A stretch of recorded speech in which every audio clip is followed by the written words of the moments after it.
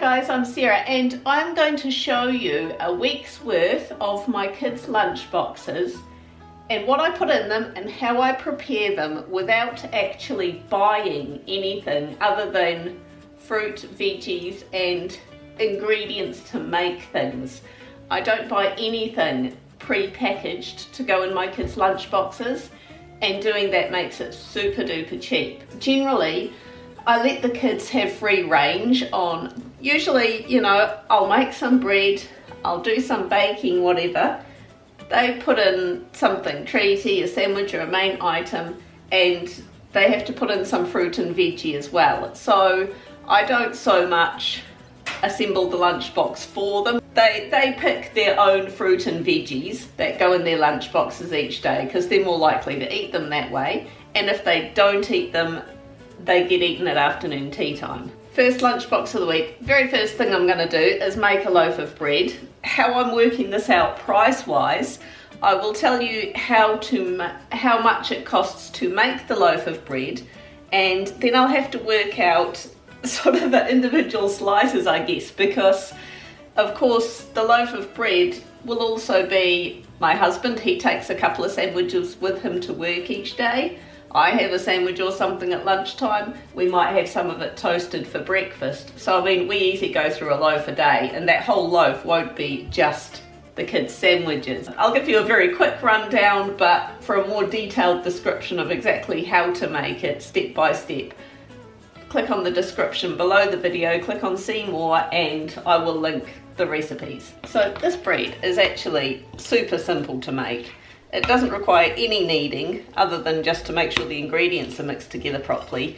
The hands-on time for making this loaf of bread, I mean, less than 10 minutes. It is such an easy throw together recipe. The only thing that takes a bit of time is waiting for it to rise, but of course you can be doing other stuff. Okay, now that bread, by the way, you can easily replace some of the white flour for wholemeal flour, chuck some seeds in it if you want to. It's really adaptable, but I'm just making a plain white recipe there. So while that's rising, that'll just need an hour or two to sit there and rise. I'm gonna start making some crackers.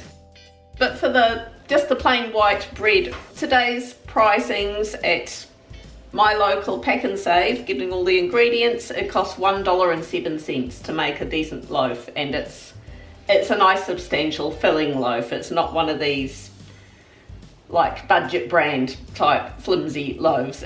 The crackers are versatile. If you want to add seeds or whatever, different flavorings. I usually use salt and paprika in mine because that is super yummy. The kids love something nice and salty and crunchy in their lunchbox, don't they? It depends on the cost, what kind of seeds and stuff you put in. But if you're just putting the flour and the rolled oats and a bit of flavouring with a bit of paprika and salt, they will come to 60 cents when it comes to rolling them out. Of course, you can just use a rolling pin.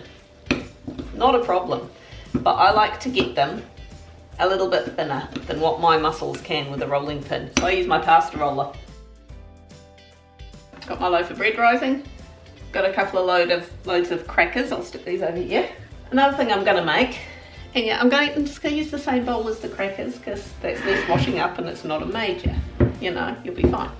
I'm going to make some peanut butter bickies, simply because these aren't the cheapest bickies you can make, but I'd be cheating, wouldn't I, if I just did all the very cheapest of the cheap recipes. They are also, unless you're using a bowl that's just had flour in it, they're also gluten-free, so this is a good option for gluten-free people. Now, of course, eggs are not cheap these days. They used to be half the price they currently are. Most of my baking, I've actually been using some no egg powder. The only reason I'm using eggs today is because they've actually run out of the egg powder substitute at the supermarket.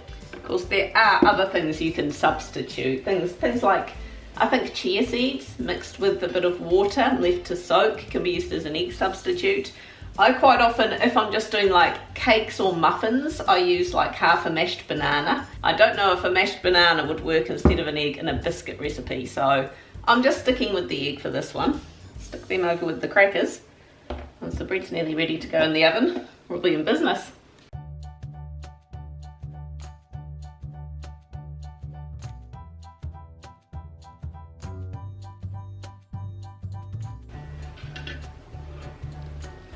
So those peanut butter bickies, as you can see, they spread out and they're actually quite big. So you could just as easy make these half the size, but they don't look nearly as impressive. They are so yummy. So I made 10 of those big ones, or I suppose you could make 20 normal size bickies for $2.52, but they just come out. I don't just eat them, seriously, especially not before you've weighed them.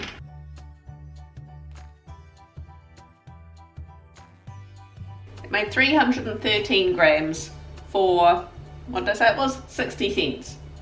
So, you know, that's pretty cool. Of course, somebody's bound to say, what about your electricity cost? I'm doing a lot of baking and stuff this week, and so, yeah, of course the oven costs to run. It costs about, for your average oven, it costs about 60 cents an hour. So if you want to factor that into the cost, that's your call. One thing that I often do is I make several things at the same time, and so the oven only needs to preheat once. It does cut down your baking time, or if you can put several things in the oven at the same time, then yeah, go for it. Next day, now just did a quick inventory. We've got 3 bickies left in the pantry. Yes, me and my husband have partaken as well. We've also still got some crackers left for tomorrow's lunches, so they'll be getting bicky and some crackers again, just to change it up a bit, so they're not going to have the exact same lunch tomorrow as what they had today. Instead of a sandwich, I'm going to make some sushi. This is really simple to make. You don't really need any fancy equipment or anything. It depends what you put in the sushi rolls, I suppose. I've accounted for the bit of mackerel that we use. I actually use canned mackerel, which is, although the price of it has gone up, which is really annoying, like everything, but it is still cheaper than tuna and salmon. It is a really good alternative. You can mix up some mayonnaise in there to bulk it up a wee bit.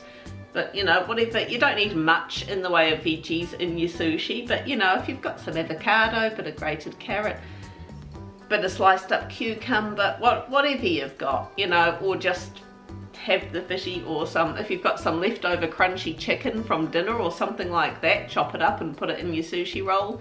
So, and the sushi nori sheets themselves, the seaweed sheets, they're pretty inexpensive to buy too. Altogether, the sushi will cost about $2.08, and usually that's enough to do all 3 of the kids plus me. My husband's not so big, he doesn't like fishy stuff, so I just omit him from that one.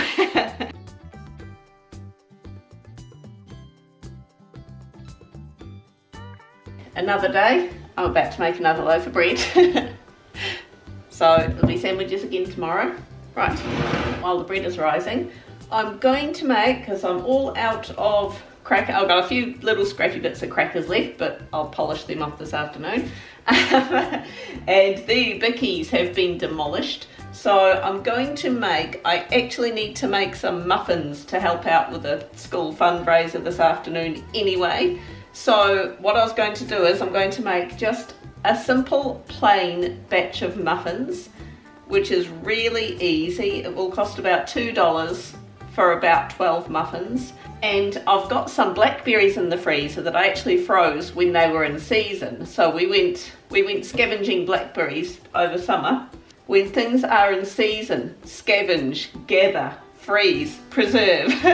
But these muffins are great just as a base. You could put coconut in them if you want. You could put you could add a bit of cocoa powder, make them chocolatey, chop up some apple or some pear, mash some banana. As I said, I often substitute an egg with mashed banana if I don't have any eggs on hand, or just leave them completely plain, sprinkle of sugar on top, all good. When I work out the cost of this, I'll include milk in the cost. I'm actually not going to use milk, I'm going to use whey left over from making my Greek yogurt. I just use powdered milk to make it. I do it in the slow cooker, and you end up with half yogurt, half whey, and the whey is this lovely yellow liquidy stuff that works really, really well in baking. So that's getting used.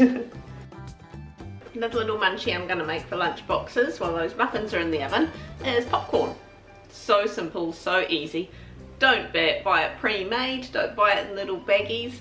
Pop it yourself, put it into sandwich bags.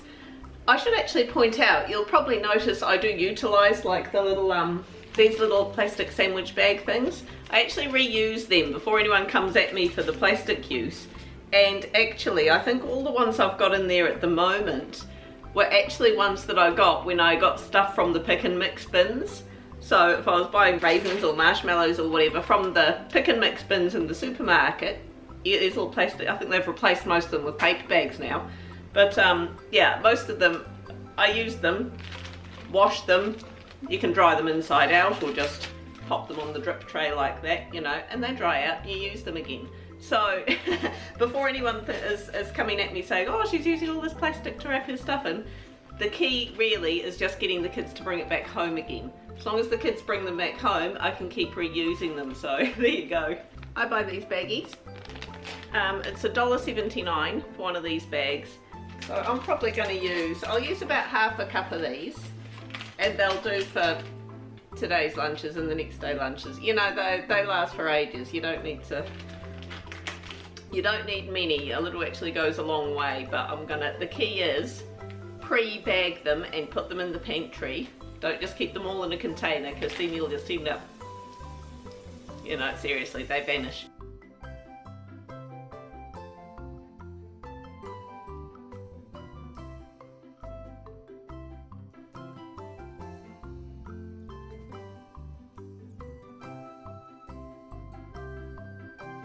Next round of lunch boxes. It's actually now Sunday night, so we've gone the weekend. The rest of that popcorn did not last the weekend, I'm afraid to say. And neither did the rest of the muffins, apart from the 3, which I very wisely packaged up and put in the freezer so I didn't have to do baking for Monday's lunchbox. One thing I am slacking at is making bread today. Tortillas, or tortillas if you're talking properly. It's one of these really handy things to know how to do, because all you really need is flour and water. That's it, you're done. You can add a little bit of salt if you want a bit of flavour in them. You can add a little bit of oil to the mix to make them a little bit softer, but yeah, you can add herbs and stuff in if you're feeling fancy, but flour and water, that is all you need, and you've got a lovely soft wrap to go in your lunchbox.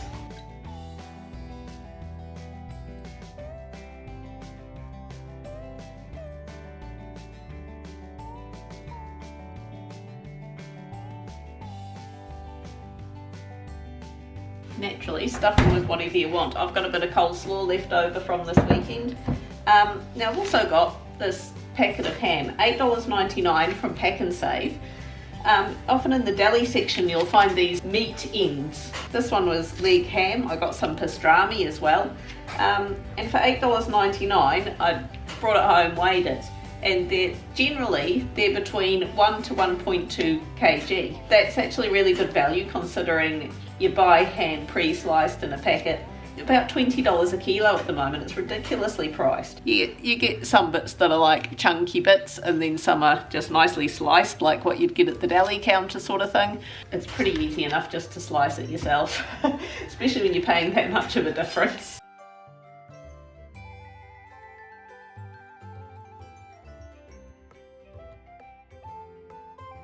Alright, next round of lunch boxes. Gonna make a loaf of bread. I'm actually gonna make 2 loaves of bread because I need one with our dinner tonight. I think I'll make 2 loaves of bread, and if I don't use one for dinner tonight, then, you know, I've got bread for 2 days there. So I mean, that's always the option with your bread. You can make several loaves at once if you want to. Just chuck them in the freezer and that's all good. It's just my preference. I like nice fresh bread. I've become a bread snob since making my own. Gonna make some little kind of cheesy bite type cracker thingies, which I haven't done for a while actually.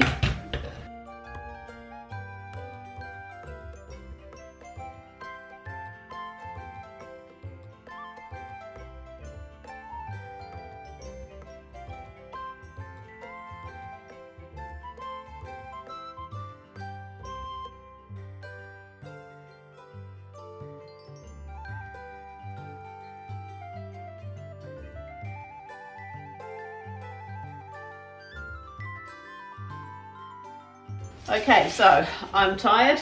My husband needs a haircut, so I'm going to do that. Sam's going to make some 3 ingredient bickies and I'll leave you in her capable hands. Go. before the haircut. You need to squat down, you're too tall. We'll do an after shot in a minute. Right. He's had his haircut, squat down, after shot. Go.